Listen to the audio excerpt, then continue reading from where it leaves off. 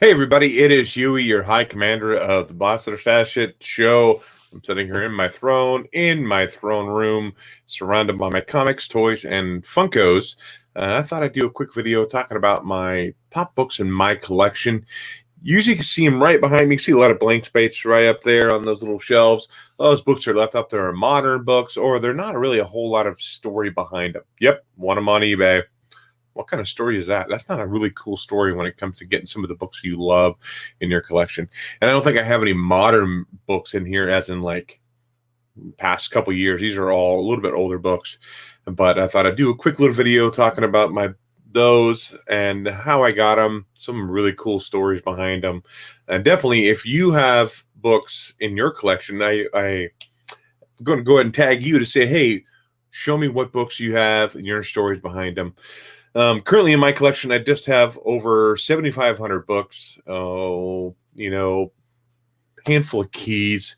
I'm not a big key guy. I don't have Avengers #1. I don't have Fantastic Four #1. So I just thought I'd go over these books here. I know my wife came up to my room the other day because I remember when I first started collecting comic books, I tried to hide them in the bottom of my closet. Like, how am I supposed to explain to my wife? Almost 40 years old. I'm buying comic books. I never had comic books the whole time we've been together. So I thought, man, I'd much rather her find porn or something underneath the closet. So, but pretty soon it came to a point where I couldn't hide my collection. There's no way I could hide this obsession, I guess you could say. And she came up to my room and she just kind of looked around real quick. She goes, wow, in 4-5 years, you've got all this stuff. Yeah. But she's really cool about it. She's really supportive of me and just doesn't have a problem me buying comic books because whatever makes you happy, do it. So let's go ahead and jump into the books. I think I only have maybe about 10 or 12 books over here that I'm going to talk about. So let's go ahead and jump into them. Now, I got 3 books. I only have 2 of them up there. For the life of me, I can't remember the third book that I picked up.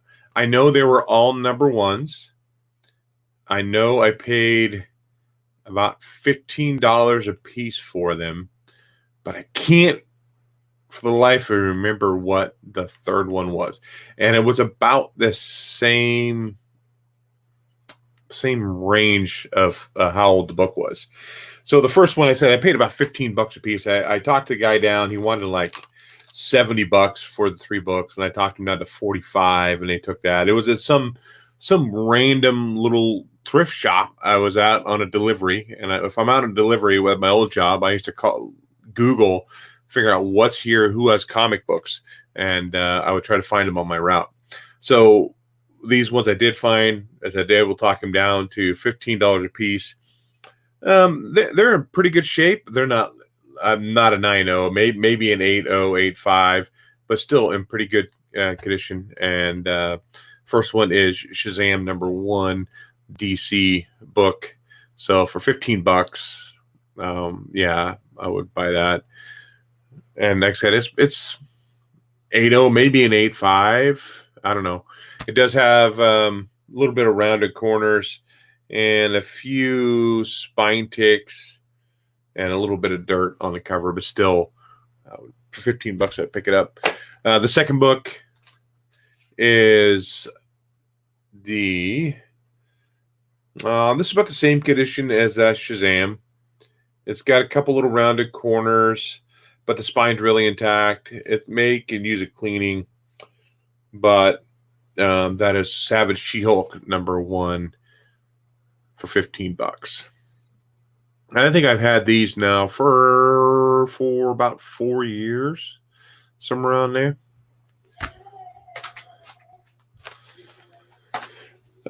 Next, I have a couple more books that actually came in this collection when I bought them. But I was at a storage unit. The guy always has a sale out of his storage unit every week. And I just happened to get there one time. He just set this bag, like it was like a grocery bag, paper bag, full of comics out. And I was saying, how much you want for them? And he said $2 a piece. And I think I was the first one to dig into this bag. and I pulled out quite a few. Now, these aren't as good a shape as the Savage She-Hulk and the Shazam, but still for $2, I couldn't pass them up. And I actually have, I'll talk about that one in a minute. Got a few more. I got a few Fantastic Four in there as well, but I picked up Champions #1 for $2. It's got a pretty bad corner and a bend right here. And it's got some spine issues, but really it still presents really well.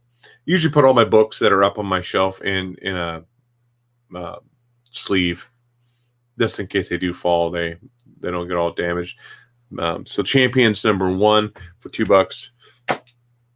And this one here, one of my favorite all-time teams, and that is the Invaders #1 for $2 as well. I also got the giant size Invaders as well as #2 and #3, I think, for $2 a piece.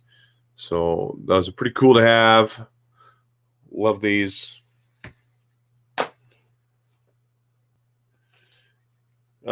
This one, definitely not in good shape, but it was one book when I went to Fan Expo, when I first met Drew, when I first met Mike, and Joe was there too. So the very first time I met those guys, one of my goals was to get one of my Grail books, and that is Captain America 100. I did find it. It's a pretty low grade, but I got this book and I think one, oh my goodness, I don't remember what number it was. There was another really low. It was like below 110 of Captain America. I offered him $100 for both, and he took it. The other one's definitely in far better shape, but still, that's Captain America #100. This has definitely got some issues. It's not definitely dirty and faded and yellowed. Corner's got some issues on there. The black's not nearly what it should be. Got a whole bunch of spine ticks, but still is my Grail. And it's a good placekeeper in case I do get another Cap 100 or I find one, better grade at a decent price. But I think most anybody knows me. I'm pretty happy when I low grade stuff. I don't like buying high grade. Sure, everybody likes high grade comics in their collection, but for me, if it fits within my wheelhouse, I'll get it. And I know a couple of my comic stores, they go, oh, that'll fit Dave. I'm kind of like Mikey. Dave will buy it. Yeah, pretty much. I think that is probably the most expensive book in this collection right here that I'm talking about. Or that I spent the most on. So this was $100. Everything else so far has been $15 or $2. This one here, I bought it from a local guy. He's another local guy. He sells out of his storage unit. I get a hold of him once in a while, send him a text. Hey man, you got anything new? And he usually knows I'm usually good for $50 to $80 on buying stuff from him. A lot of back issues, a lot of 50-cent stuff, a lot of dollar stuff, which is cool. I'd like to fill runs with that. But sometimes he does have some good Silver Age, but it can be pretty pricey. Sometimes I don't think he actually looks through what he has and doesn't price it very well. I originally picked this book up from him before, first appearance as well as the second appearance, for it was $1 each. They were $1 each, and I ended up selling them on eBay. I think I sold them for $70 for the pair, and I really kicked myself in the ass for selling them because I was like, man, that's kind of getting to be a hot book. Maybe I should have held on to it.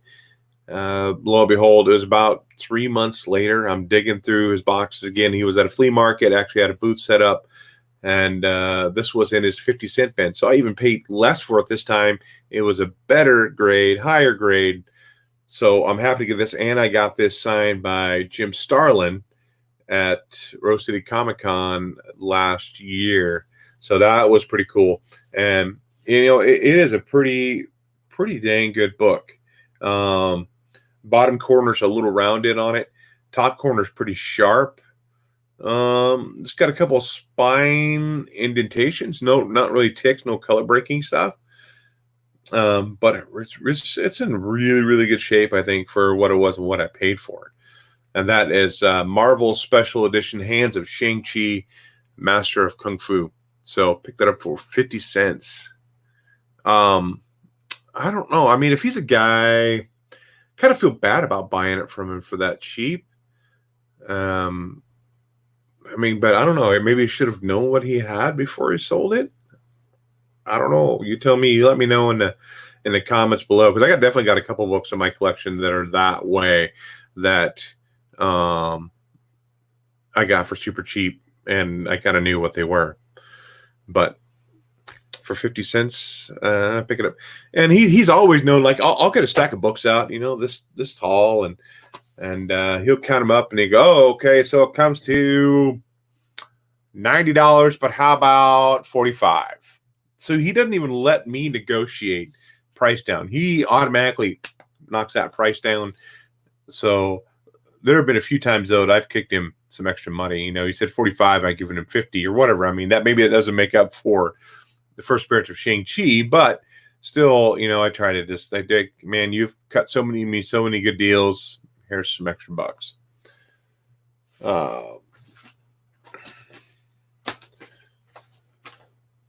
Okay.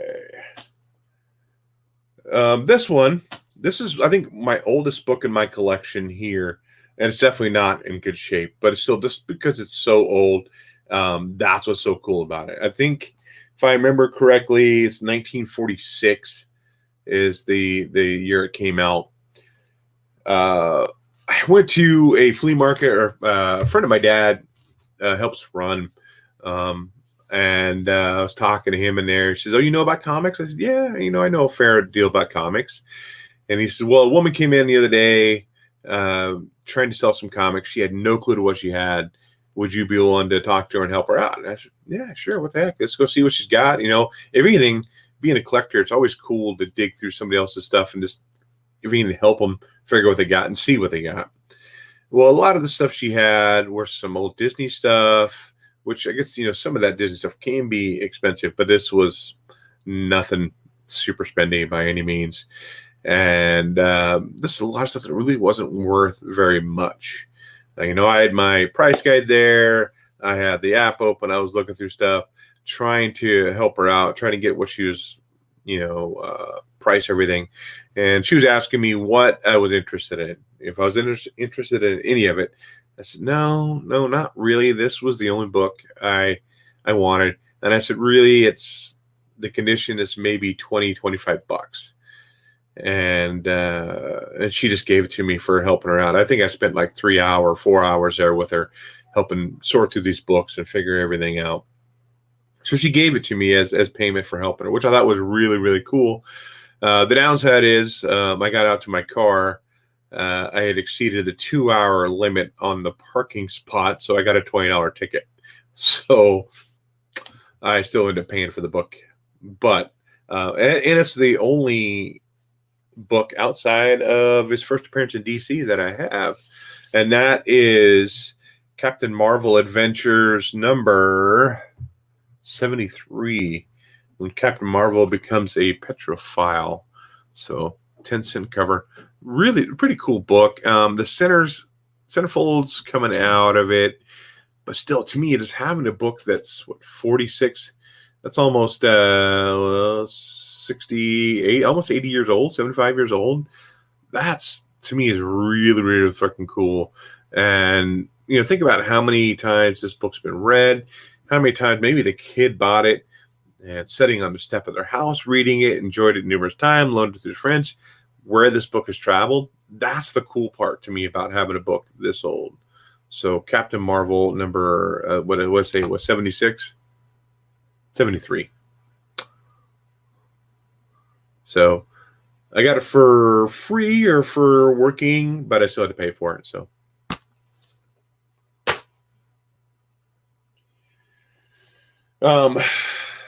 these books here I got, it was on my delivery job that I had a few years ago.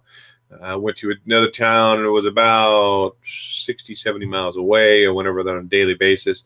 Yeah, so some Golden Age goodness. I don't have very much Golden Age, but that's one of them. Thanks, Mark Spector, for jumping in here. There's another thrift store I went to. They had a box. Went in there and asked if they had any comics. I didn't have a whole lot of money. And they set this box up, and I'm digging through it, and I pull a few out. And I'm like, oh, okay, cool. I kind of want these here. And I saw some other books in there, but I only had like $10 on me. So I'm like, okay, what am I going to do? So I ended up buying Punisher, I think it was War Journal #1 or Punisher series volume 2, #1, one of those two. This first book, as well as something else, and I don't remember what it was. Apparently, so it didn't kick in my head. But there was a whole bunch of others, almost a whole series of books in there. And I should have just asked. I had a coworker. He said he was willing to loan me money to pick them up, but I said, nah, don't worry about it. And I got to think about it, and I thought I should have just bought the whole dang box. But this is one that I picked out of there. I got this one, the Punisher #1, and I said some other book I don't remember, for I think it was $6, so about $2 a piece. And that this one is Amazing Spider-Man 252. So this is the first black suit in continuity. So, and this is a pretty high grade book. It's got one little kind of corner ding up there, one kind of down here, but no real spine ticks or anything. So, and it wasn't. I think it was bagged but not boarded. So, I picked up that for $2. I said, and then when I was flipping through that box that first day, I saw some in there that I was like, oh man. And I got to think about it. I should have looked a little harder. Maybe should have borrowed the money from my coworker. And then thanks, Secretary Marvel, for jumping in here. I definitely appreciate it. I went back the next week and I said, hey, do you still have the box of comics? And they said, no, the owner took it up north to Portland to try to sell them. And I thought, oh, I freaking lost it. Lost that opportunity. And then I ended up coming back in there like later that week or a little maybe even next week. The owner was back and I asked him, hey, do you still have any comics? He says, yeah, I didn't sell them up there. Here you go, dig through them. And I'm digging through and I'm trying to keep my excitement at a minimum because, again, this goes to one of those things. Do I feel bad about what I paid for it? Or is it a business that's trying to make money and they should do their own research? I did a video on this on my own channel, I don't know, a couple years ago, right after I first got it. But he originally wanted $150 for the whole run. And I talked him down to $70. So I got $70. I got the whole entire run to Batman Adventures as well as Mad Love. And that includes this one here, First Harley Quinn. So I roughly got that for about $2 to $3. And this is super high grade too, super sharp corners on this whole thing. Yeah, this one, I couldn't believe it when I saw it in there.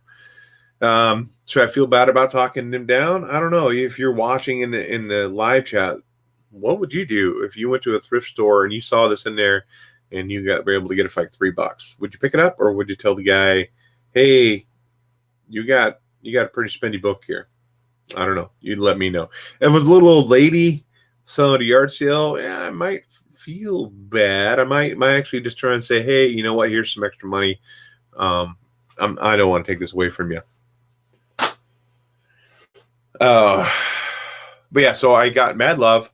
I turned and sold Mad Love for $75. It was a first print, so I made all my money back too. I'm kind of wishing I would have just kept Mad Love, but I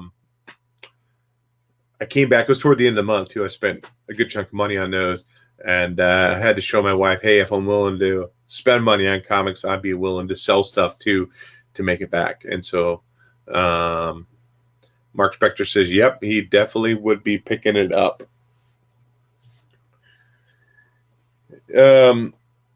These came to me in the form of my father-in-law. My father-in-law's 75 or 76. He came over one evening with the box, and he says, "Hey, wake up." And I was like laying on the couch, doing nothing, watching TV or something, about ready to go to sleep. And he says, "I got something for you." And brings it over the table, sets it down, and he says, "Hey, my friend was cleaning out his attic. I guess it was his mom's attic. So his mom was pretty old, and found a whole bunch of comic books from when he was a kid, and they were going to throw them out. And my father-in-law happened to be there and said, 'Hey, don't throw those out. I got my son-in-law collects comics. I'll bring them over to him.'" So a lot of them were the 4-color comics they dealt. So, like Gunsmoke and those I Love Lucy. I ended up giving I Love Lucy to, oh, shoot. I can't remember. He commented on the video. Nice. First Comic Scenes #2 magazine, first true appearance of Venom for $3. Nice. There have been a lot of things talking about that, the first true appearance in the previews. So maybe hold on to your previews. I don't know. I know Comic Book Tom's been talking about that stuff a lot lately. But I said a lot of Dell, a lot of 4-color comics that were in there. Stuff, is cool. It's from the 60s, late 50s. But I got to one tiny little stack, and I got super excited about this little stack here. And the first one in there is Detective Comics 288. And this is actually in pretty dang good shape for all this. It's got some, a couple spine ticks along the staples, but the corners are a little rounded, but the cover's in good shape. It's got one little ding up top. And he just gave me these books. He said, "There you go. Have at it. They're yours. I don't care. Merry Christmas." And I went back to him. I told him, I said, "Man, do you realize what some of these books are worth?" He said, "I don't care. Merry Christmas." So Detective Comics 288, that is the oldest Detective Comics that I own in my collection. And then this one here, this is Batman number 98, another 10-cent cover. I was pretty happy to find this. See, this is the oldest Batman I have in my collection. I think the next oldest one is, I have to speculate. I don't know.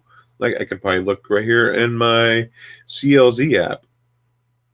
143 is my next oldest Batman book. And the biggest book out of that whole collection there, man, it's kind of dirty. It's not really that dirty. It's a dang cover that got dirty. And I really didn't know what this was till I did research on it. And I didn't know it was such a big deal until that. And then what it's freaking worth.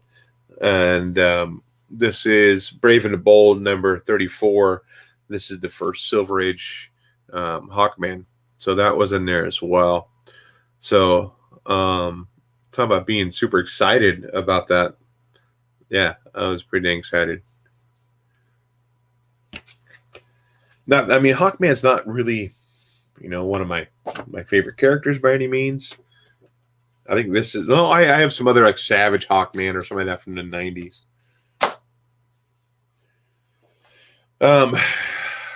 This book was a huge key for me because it's one of my absolute favorite characters. And it's a book that I thought I would never absolutely own unless it was like super low grade, truck ran it over, $10.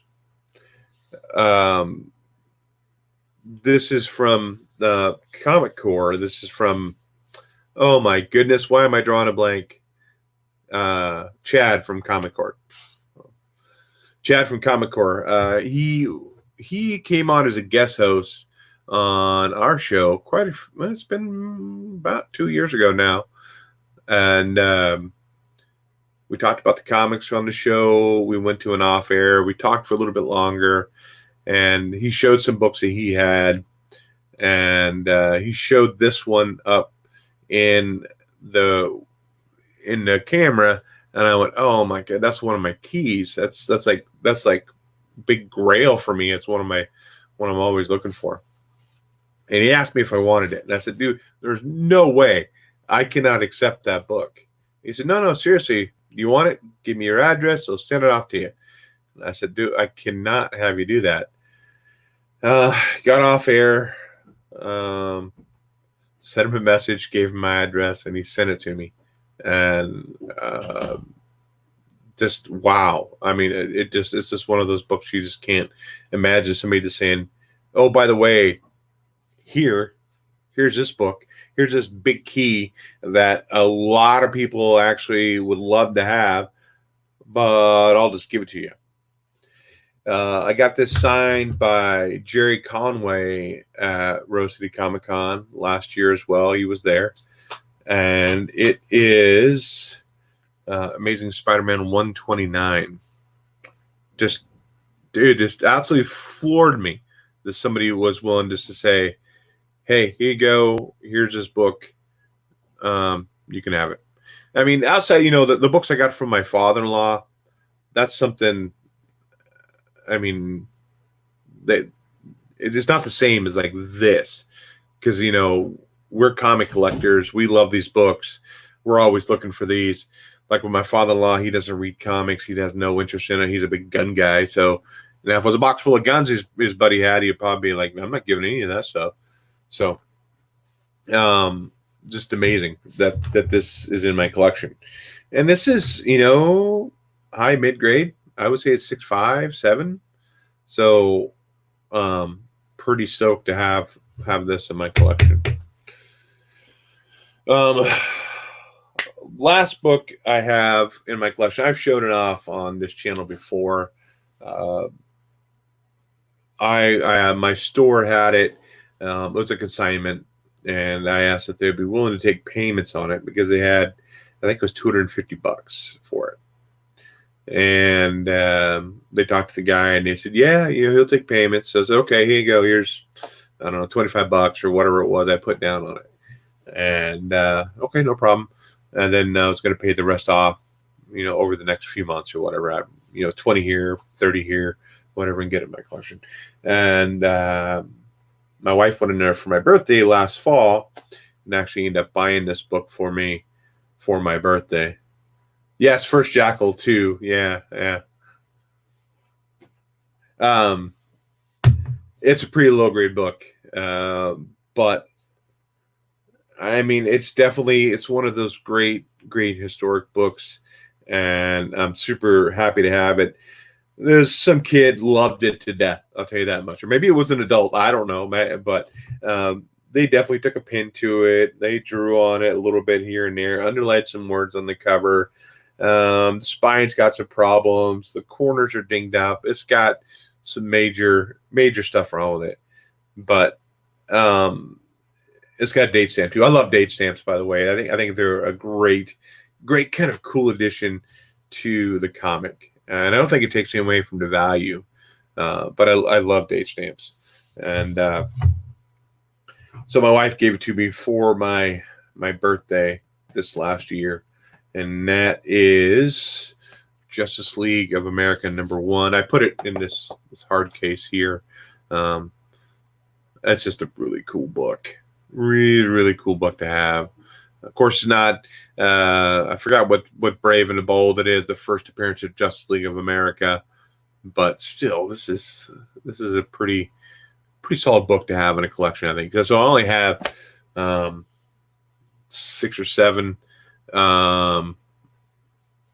10-cent cover books, but this is one of them here, and this is usually right up in the center. Right next, you see that Batgirl 34, I think it is.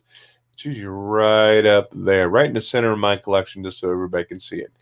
I mean, the other books I have back there are all modern books. There's Lois Lane's Black for the Day. There's Punisher #1 of the miniseries, Secret Wars with Gwenpool on it, Hillbilly, first Batman Who Laughs, Secret Wars 8, Journey into Mystery, and then Batman. But yeah, those are the books I usually have up in my back here that are kind of displayed. So my wife really knows that if we get into a big fight, she knows which one to sell. So I've thought about pricing my books just so in case something does happen to me, she knows what books are worth money, what ones aren't. That's a double-edged sword, though, because if I piss her off, I'm going to come home to a photocopied cover of the book she just sold on eBay. So I don't know.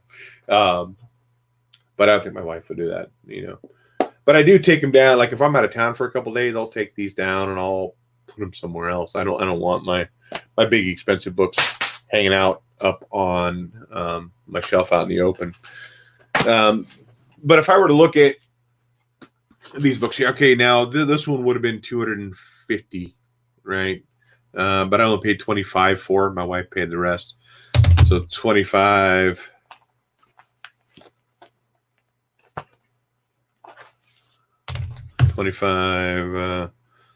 So say 30. 32, 50, 100. So less than I have less than $200 that I've spent out on all of these books that are probably a good chunk of my collection and what my collection's worth. So I mean, I don't have a whole lot of keys, but I've been super lucky when it comes to my collection. I have a lot of modern stuff, of course, and I do like to try to get older stuff, trying to get my Captain America run. But I'm pretty damn lucky to have that stuff, and there was certain, can't sit there and say, I don't want to sit there and brag and say, hey, I've got this, I got this for super cheap.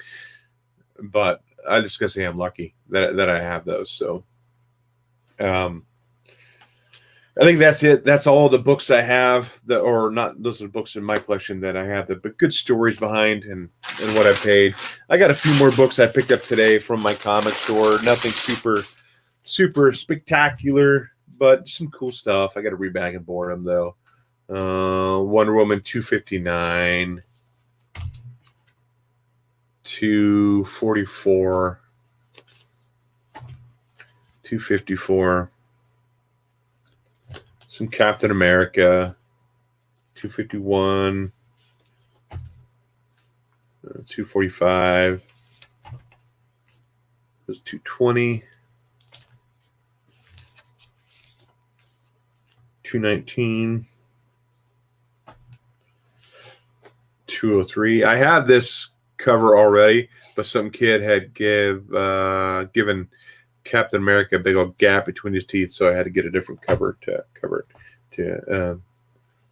This is cool. No, 156. I love these Bronze Age covers with the box. Those are awesome. 155. This one's kind of beat up. Captain America King Size Special #1. Few Fantastic Four, 206. 194, 148. This one's definitely got a wonky in it. It's definitely got some problems. 175. It's 208. 252.